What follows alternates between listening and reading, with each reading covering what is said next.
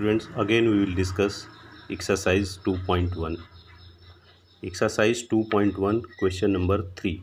Question number 3 is cosec inverse 2. Find principal value. cosec inverse 2 की principal value find करनी है। हमने आपको पिछले लेक्चर में बताया था कि इन्वर्स फंक्शन एंगल शो करता है, इसलिए let theta is equal to cosec inverse 2। अब कॉसेक को लेफ्ट हैंड साइड में ले जाएंगे तो cosec theta is equal to 2 हो जाएगा। वैसे इसको लेफ्ट हैंड साइड में हम कह रहे हैं, लेकिन हम क्या करते हैं कि इन्वर्स फंक्शन का जो डोमेन और कोडोमेन था उसको इंटरचेंज कर देते हैं। इसको लेफ्ट हैंड साइड में ले जाने का मतलब ये है, हम आपको समझाने के लिए कहते हैं कि इसको अगर लेफ्ट हैंड साइड में ले जाएंगे तो इन्वर्स ख़त्म हो जाता है।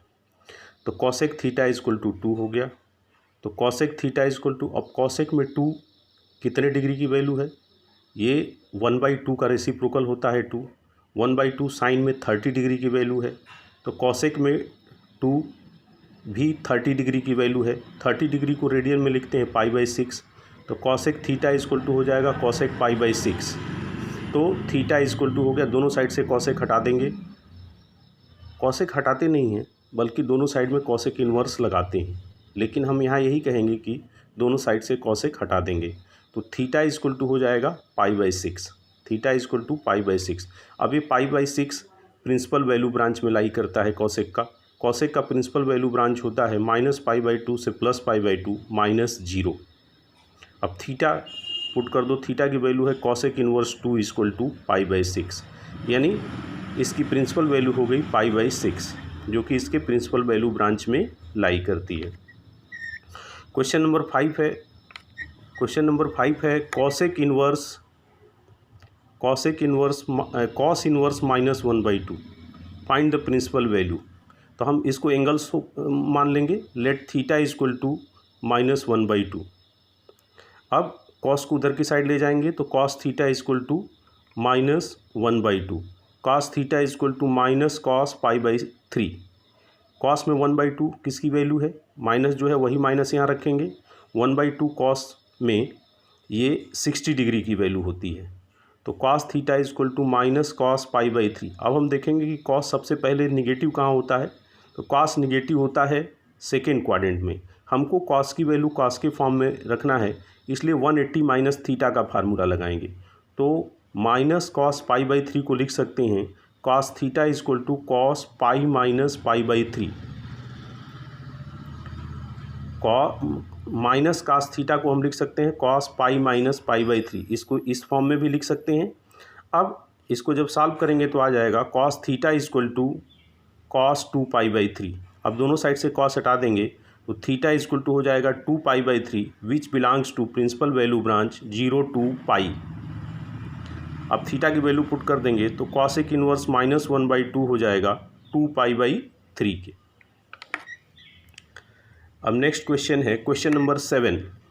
क्वेश्चन नंबर 7 है sec inverse 2/√3 find principal value. अब इन्वर्स फंक्शन है, इसको थीटा लेट कर लेंगे। Let theta is equal to sec inverse 2/√3।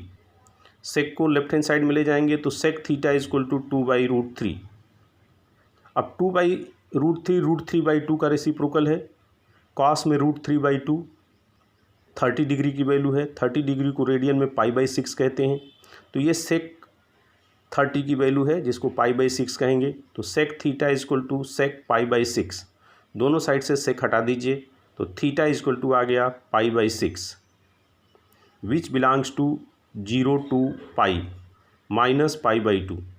ये सेक थीटा का प्रिंसिपल वैल्यू ब्रांच है। जो वैल्यू लिए हैं ये फर्स्ट क्वाड्रेंट की वैल्यू है और ये इसके प्रिंसिपल वैल्यू ब्रांच में लाई करती है।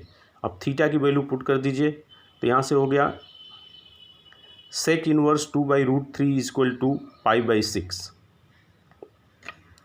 अब देखिए इसके बाद है क्वेश्चन नंबर 11। क्वेश्चन नंबर 11 है find the value tan inverse 1 plus cos inverse -1/2 plus sign inverse -1/2। यानी ये सब एंगल हैं। Inverse trigonometric function angle show करता है, तो इन एंगल के सम की वैल्यू फाइंड करनी है। ये रेडियन में आएगा। तो सबसे पहले हम अलग अलग वैल्यू फाइंड कर रहे हैं, tan इनवर्स 1 की, cos इनवर्स -1/2 की और sin इनवर्स -1/2 की। तो tan इनवर्स 1, tan में 1 कितने डिग्री की वैल्यू होती है रेडियन में? तो tan में हमको पता है, आप 11th में ट्रिग्नोमेट्री पढ़ चुके हैं कि tan में 1 π/4 की वैल्यू होती है, 45 डिग्री की वैल्यू होती है। देखिए चैप्टर है इन्वर्स ट्रिग्नोमेट्रिक फंक्शन। 11th में जितने भी ट्रिग्नोमेट्री के फार्मूले हैं वो सारे फार्मूले याद होने चाहिए आपको। तो आप लोग 11th की बुक से 11th के ट्रिग्नोमेट्री के फार्मूले याद कर लेंगे इसमें, तब इस चैप्टर को स्टार्ट करेंगे। अब सेकेंड है cos इनवर्स -1/2, तो इसको लेट करेंगे, लेट θ1 = cos इनवर्स -1/2। cos को लेफ्ट हैंड साइड में लेके जाएंगे, लेफ्ट हैंड साइड में लेके जाएंगे तो ये हो जाएगा cos θ1 = -1/2। अब माइनस यहाँ है तो यहाँ माइनस रख देंगे। 1/2 cos में किसकी वैल्यू है? cos 60 डिग्री की वैल्यू है, तो cos 60 डिग्री को लिख सकते हैं cos π/3। तो यहाँ से आ गया cos θ1 = -cos π/3। अब हम देखेंगे कि cos सबसे पहले निगेटिव कहाँ होता है, हमको इसको cos के फॉर्म में लिखना है, पॉजिटिव cos के फॉर्म में। तो हम इसको लेके जाएंगे सेकेंड क्वाड्रेंट में। सेकेंड क्वाड्रेंट में cos सबसे पहले निगेटिव होता है, तो -cos π/3 को लिख सकते हैं cos π - π/3। अब cos θ1 = हो जाएगा, इसको जब सॉल्व करेंगे तो आएगा cos 2 π/3। दोनों साइड से cos हटा दीजिए, यानी cos इनवर्स लगाते हैं, आगे फार्मूला बताएंगे इसको, लेकिन अभी इतना समझिए कि दोनों साइड से cos हटा देना है। तो θ1 = आ जाएगा 2 π/3 विच बिलोंग्स टू 0 to π। ये इसके प्रिंसिपल वैल्यू ब्रांच में लाई करता है। ये किसकी वैल्यू है? ये cos इनवर्स -1/2 की वैल्यू है। cos inverse -1/2 = 2 π/3। अब इधर देखिए, ये थर्ड एंगल जो है उसको θ2 ले लेंगे, let θ2 = sine inverse, θ2 = sine inverse -1/2। अब साइन को लेफ्ट हैंड साइड में लाएंगे तो साइन θ2 = -1/2। अब माइनस यहाँ है तो यहाँ भी माइनस रख लेंगे। 1/2 साइन में किसकी वैल्यू है? 30 डिग्री की वैल्यू है। 30 डिग्री को रेडियन में कहते हैं π/6। तो साइन θ2 = हो जाएगा -sin π/6। -1/2 को लिख सकते हैं -sin π/6। अब हम देखेंगे कि साइन सबसे पहले निगेटिव कहाँ होता है। तो साइन सबसे पहले निगेटिव तो होता है थर्ड क्वाड्रेंट में। थर्ड क्वाड्रेंट में जाएंगे तो इसको लिख सकते हैं π + π/6, π + π/6। तो ये 7 π/6 हो जाएगा, जो कि -π/2 और +π/2 के बीच में नहीं लाई करेगा, बल्कि इसके बाहर लाई करेगा। इसलिए थर्ड क्वाड्रेंट में नहीं जाएंगे, फोर्थ क्वाड्रेंट में जाएंगे, और फोर्थ क्वाड्रेंट में साइन -θ वाला फार्मूला लगाएंगे। तो साइन -θ होता है माइनस साइन थीटा के, यानी साइन θ2 = हो जाएगा साइन -π/6। -sin π/6 को साइन -π/6 लिख सकते हैं। ये एंगल -θ वाला एंगल किस क्वाड्रेंट का होता है? ये फोर्थ क्वाड्रेंट का होता है। तो यहाँ से आ गया साइन θ2 = साइन -π/6।